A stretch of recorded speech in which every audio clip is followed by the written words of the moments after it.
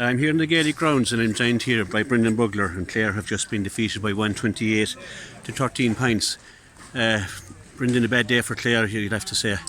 Yeah, very disappointing day, Nicholas. I'm sure they were coming today, expecting a big performance, and obviously the result as well. But they met a really, really good Limerick team, as good as I've seen them in the last 2 years. I thought Limerick were just absolutely awesome right from the first minute to the last, and their intensity, their tackling, their physique, everything about Limerick today was top class, and we just struggled in a lot of positions, and it's hard to.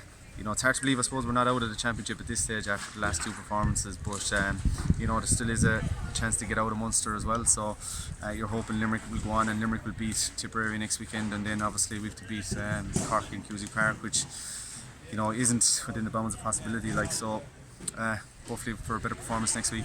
Yeah, maybe our tactics, the puck outs again, I'm not blaming Donald Tuohy in any way, he has to play to what the tactics are like, but it didn't work last year, and yet we go with the same thing again, this such a short puck out, picking a man out in the half back line.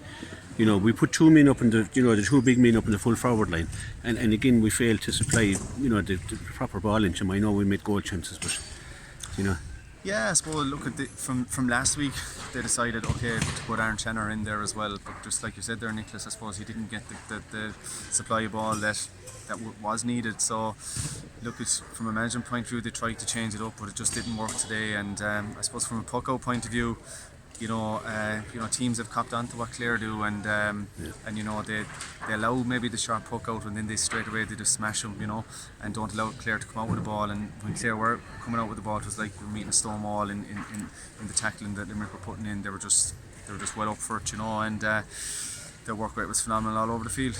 Yeah, half an hour before we got our first point from play tells its own story, and then I think 5 of our forwards went on. Only two of our forwards scored from play.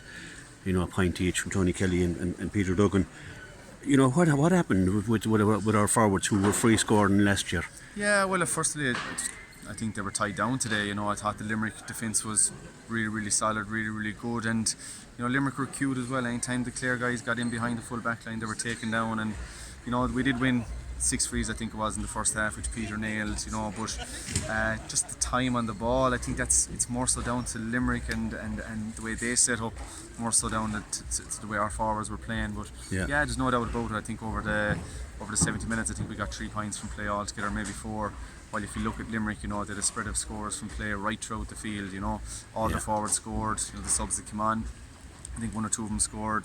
Dermot Burns and Declan Hannon chipped in with points as well from play, and William Egan got one too. And I think Keane Lynch didn't score, which is kind of unusual for Keane Lynch. But Limerick had a spread of scores, and we just didn't, and that's just the way it was. Yeah, 2 heavy defeats now, and I suppose the first win against Waterford in the first day out. Now the glass has gone off of that.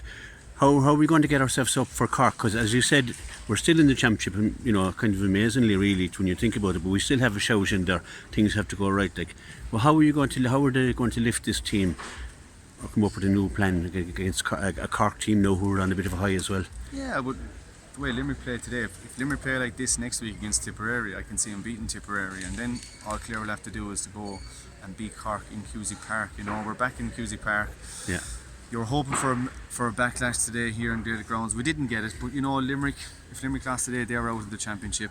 But let's hope we see that backlash next week in Cusack Park now against Cork. And look, if we beat them, we could still be in the championship. And as you just said there, it would be kind of incredible just to think after the 2 defeats we just had that we'll be still in it. But that we're still there. We're not out yet. Yeah, I suppose Limerick have a lot to play for more than Tipperary maybe the next day, because they're not absolutely guaranteed, and maybe they'd like to get into the Munster final, so that'll give us a bit of an olive branch, I suppose. Yeah, exactly. Yeah. This Limerick team, there was a gap before they first played against Cork, and they were obviously a little bit flat, but they found their mojo in the last couple of weeks, and they're going to be hard to stop. Yeah, it's going to be a long week.